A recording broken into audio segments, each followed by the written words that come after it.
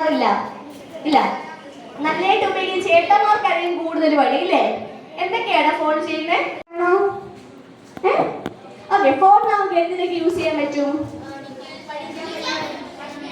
പഠിക്കാൻ പറ്റും. 4, 5, 6. ഓക്കെ, എല്ലാവരും ഇരുന്നേ. ഇനി വിളിക്കുന്ന ടീം വേണം കൈയടിക്കാനായിട്ട്. ഏത് ടീമാണ് ഇവിടെ കൂടുതൽ പവർഫുൾ എന്ന് നോക്കാൻ പോവാ. Okay, ready ready ready. Okay, group number 3.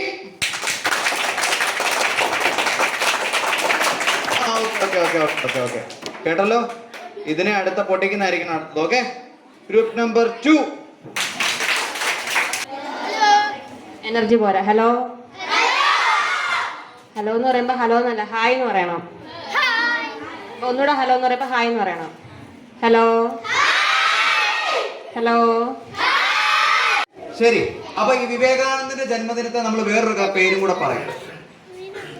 Vivekananda ജന്മദിനത്തെ നമ്മൾ വേറൊരു പേരും കൂടെ പറഞ്ഞാൽ നിങ്ങളൊക്കെ ഉള്ളവരുണ്ട്, ഓട്ടിസ്റ്റിക് ആയിട്ടുള്ള ആൾക്കാരുണ്ട്. ഓക്കെ, വിർച്വൽ ഓട്ടിസം എന്ന് പറഞ്ഞാൽ എന്തുമായിരിക്കും? ആ ചിത്രമായിട്ട് ചേർത്ത് എന്തെങ്കിലും പറയാൻ പറ്റുമോ?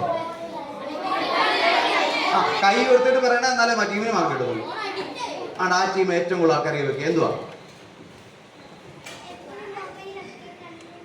ടീം എത്ര? ടീം 1-നും ഉണ്ട് 20 മാർക്ക്. ഓക്കെ, ഏറ്റവും കൂടുതൽ എപ്പോ സംഭവിക്കുന്ന ഫോണില് എന്താ നിങ്ങൾ പറഞ്ഞ പോയിന്റ് എന്താ? ഫോണിൽ എപ്പോഴും അഡിക്റ്റ് ആവുന്ന കുട്ടികളിൽ ഇപ്പൊ കണ്ടുവരുന്ന പുതിയ അസുഖം എന്ത്? ഈ വിർച്വൽ ഓട്ടിസം എന്ന് പറയുന്നത്. അവർക്ക് പഠിക്കാനൊക്കെ വളരെ സ്ലോ ആയിരിക്കും. പുതിയ അസുഖമാണ്, പണ്ട് ഇതില്ലായിരുന്നു. കാരണം പണ്ട് ഫോൺ ഇല്ലായിരുന്നു. ഫോൺ അഡിക്ഷൻ കൂടുമ്പോഴത്തേനും കുട്ടികൾക്കിടയിൽ ഉണ്ടാകുന്ന ഒരു പുതിയ അസുഖമാണ് വിർച്വൽ ഓട്ടിസം എന്ന് പറയുന്നത്. അതായത് എപ്പോഴും അവർക്ക് പുറമേ ലോകമായിട്ട് ബന്ധമില്ല, അവരുടെ സ്റ്റഡി പ്രോഗ്രസ് ഒക്കെ ഭയങ്കര സ്ലോ ആയിരിക്കും. ഈ ഒരു സിനിമ കണ്ടിട്ടുണ്ടോ നിങ്ങൾ? ഏതാ അത്?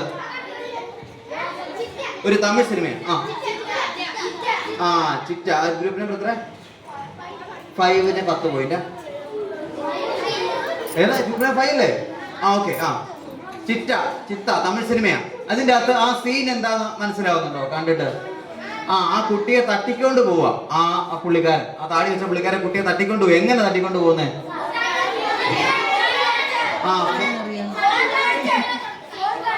ഫോൺ കാണിച്ച് കുറെ പേര് പറഞ്ഞു ഇത്തരം ഫോൺ കാണിച്ചിട്ട് ഫോൺ കളിക്കാൻ കൊടുത്തിട്ട് അതിന്റെ കൂട്ടത്തിൽ ആ മോള് ശ്രദ്ധിക്കുന്ന പോലുമില്ല. ആ മാമന്റെ കൂടെ അല്ലെങ്കിൽ ആ പുള്ളിയുടെ കൂടെ എന്ത് ചെയ്തോണ്ടിരിക്കുക? യാത്ര ചെയ്തോണ്ടിരിക്കുക. ഫോണിലായതുകൊണ്ട് ആ കുട്ടി ശ്രദ്ധിക്കും. നിങ്ങളുടെ പ്രായമുള്ള കുട്ടിയാ, കൗമാരക്കാരിയാ. അപ്പം ആ ഒരു സീനാണ് ആ സിനിമയെ കാണിച്ചേക്കുന്നത്. അതെന്തുകൊണ്ടാ? ഫോണിൽ അഡിക്ഷൻ ഉണ്ടാകുക, വിർച്വൽ ഓട്ടിസത്തിന്റെ ഒരു ലക്ഷണം. പുള്ളിക്കാരി കണ്ണാടിയൊക്കെ ഉണ്ട് എന്നെ പോലെ, കണ്ടോ? ഫോണിൽ എപ്പോഴും കളിക്കുന്നതുകൊണ്ടായിരിക്കും കണ്ണാടിയൊക്കെ ഉണ്ട് പുള്ളിക്കാരിക്ക്. അപ്പൊ ഏറ്റവും കൂടുതൽ ഫോണിൽ അഡിക്റ്റ് ആകുമ്പോൾ ഉണ്ടാവും. അപ്പൊ എന്ത് ചെയ്യണം? നമ്മൾ ഫോണിൽ തന്നെ ഇരുന്നതും ഇതുപോലുള്ള അബദ്ധങ്ങളൊക്കെ നമുക്ക് സംഭവിക്കാൻ ചാൻസ് ഉണ്ട്. അപ്പൊ എന്ത് ചെയ്യണം? കളിക്കുകയും കാര്യങ്ങളൊക്കെ വേണം. നിങ്ങളിപ്പോ കൂട്ടുകാരോടെ കളിക്കുന്ന കാര്യം പറഞ്ഞില്ലേ? അപ്പൊ അതുപോലത്തെ കാര്യത്തിലൊക്കെ ഏർപ്പെടണം. റുബിക്സ് ക്യൂബ് എന്നൊരു സാധനം കളിക്കാറുണ്ടോ? എല്ലാവരും ചെയ്യാറുണ്ടോ? ഈ ഫോൺ അഡിക്ഷൻ ഏറ്റവും കൂടുതൽ കൂടിയപ്പോൾ നമ്മുടെ ഏത് പവറാ കുറഞ്ഞെന്നറിയാമോ? ബുദ്ധി എവിടത്തെ ബുദ്ധിയാ കുറച്ചുകൂടെ കുറഞ്ഞ? അതെ, തലച്ചോറിൽ എന്താ പ്രശ്നം സംഭവിച്ചേ? അതായത് നമുക്ക് കണക്ക് കൂട്ടാനുള്ള കഴിവ്, ഈ ക്രിയേറ്റീവായിട്ട് എന്തെങ്കിലും ചെയ്യും. ഇപ്പൊ പടം വരയ്ക്കാനൊക്കെ ഉള്ള കഴിവില്ലേ? ഇപ്പം ചില കുട്ടികൾ, ഈ സ്ക്രീൻ അഡിക്ഷൻ ആയിട്ടുള്ള കുട്ടികൾ സ്കെയിലൊക്കെ വെച്ച് ഇങ്ങനെ വരച്ചാലും സ്ട്രെയിറ്റ് ആയിട്ട് നിങ്ങൾക്ക് വരയ്ക്കാൻ പറ്റുന്നില്ലേ നേരെ? അവർക്ക് ചിലപ്പോൾ വരയ്ക്കാൻ പറ്റത്തില്ല. അവർ വരച്ച മേക്കോന്ന് പോകും. അത് ഏറ്റവും കൂടുതൽ സ്ക്രീൻ അഡിക്ഷൻ, ഈ വിർച്വൽ ഓട്ടിസം എന്ന് പറയുന്ന അസുഖമുള്ള കുട്ടികളാണ് അങ്ങനെ. അപ്പം അങ്ങനെയുള്ള പ്രശ്നങ്ങളുണ്ടാവും. അപ്പം അങ്ങനെയുള്ള ബുദ്ധികൾ എന്ത് ചെയ്യുമ്പോഴാണ് നമുക്ക് കിട്ടുന്നത്? റുബിക്സ് ക്യൂബ് ചെയ്യുമ്പോൾ നമ്മൾ ലോജിക്കലായിട്ട് ഇതെങ്ങനെ ഈ കളർ ഒരേപോലത്തെ കളർ വരണ്ടേ? അപ്പൊ ഈ കഷ്ണങ്ങളിൽ ഒരേപോലത്തെ കളർ വരാനായിട്ട് നമ്മൾ എന്ത് ചെയ്യും? ബുദ്ധി ഉപയോഗിച്ച് കളിക്കും. റുബിക്സ് ക്യൂബ് മാത്രമാണോ നമ്മൾ അങ്ങനെ ചെയ്യുന്നത്? ഒരു മുകേഷ് എന്ന് പറയുന്ന ഒരാൾക്ക് ഒരു സമ്മാനം കിട്ടിയായിരുന്നു, വേൾഡ് റെക്കോർഡ്. എന്തിനായിരുന്നു? ചെസ് കളിക്കുമ്പോൾ നമുക്ക് ആ ബുദ്ധി വേണം. റുബിക്സ് ക്യൂബ് സോൾവ് ചെയ്യാൻ എടുക്കുന്ന ബുദ്ധി എന്തിനും വേണം? ചെസ് കളിക്കാനും ഉള്ളവർക്ക് ലോജിക്കലി ചിന്തിക്കാനുള്ള കഴിവ് നമുക്ക് വേണം. പിന്നെ അതുപോലെ തന്നെ സ്പോർട്സ്. ഇപ്പൊ നിങ്ങൾ പറഞ്ഞു കുട്ടികൾ ഫോണിൽ തന്നെ ഇരിക്കാതെ ഇറങ്ങി കളിക്കണമെന്ന് പറഞ്ഞല്ലേ? അപ്പൊ കളിക്കുമ്പോഴൊക്കെ എന്ത് ചെയ്യും? സോഷ്യൽ സ്കില്ല് കൂടും. നമ്മൾ കൂട്ടുകാരൊക്കെ ആയിട്ടൊക്കെ കൂടുതൽ സംസാരിക്കാനും പെരുമാറാനായിട്ടൊക്കെ സാധിക്കും. ഇപ്പൊ ഗ്രൂപ്പ് തിരിച്ച് നിങ്ങളോട് പരിചയപ്പെടാൻ പറഞ്ഞ എന്തുകൊണ്ടാ? നമ്മൾ ഒരേ സ്കൂളിൽ പഠിക്കുന്ന എല്ലാവരും അങ്ങോട്ടും ഇങ്ങോട്ടും എന്ത് ചെയ്യണം? അറിഞ്ഞിരിക്കണം അല്ലേ? ഭാവിയിൽ അങ്ങോട്ടും ഇങ്ങോട്ടും കാണുമ്പോൾ ചിരിക്കുകയൊക്കെ ചെയ്യണ്ടേ? വലുതൊക്കെ ആയി ജോലിയൊക്കെ കിട്ടുമ്പോഴത്തേക്കിനും സഹായിക്കാനൊക്കെ പറ്റണ്ടേ കൂടെയുള്ളവരെ. അപ്പൊ അങ്ങോട്ടും ഇങ്ങോട്ടും അറിഞ്ഞൊക്കെ ഇരിക്കണം. അപ്പം കളികളൊക്കെ തന്നെ നല്ല മാർഗമാണ്. അതിന് ക്രാഫ്റ്റ് ഒക്കെ ചെയ്യാറുണ്ടോ? ആരൊക്കെ ചെയ്യുന്നുണ്ട് ക്രാഫ്റ്റ് ഇവിടെ? ആണോ? നല്ലൊരു ഐഡിയ കൊടുത്തേ അവർക്ക്. റുബിക്സ് ക്യൂബ് ചെയ്യുന്നവരൊക്കെ റുബിക്സ് ക്യൂബ് അവർക്ക് നല്ലൊരു ഐഡിയ കൊടുത്തേ. ചെസ് കളിക്കാൻ അറിയാവുന്നവരുണ്ടോ?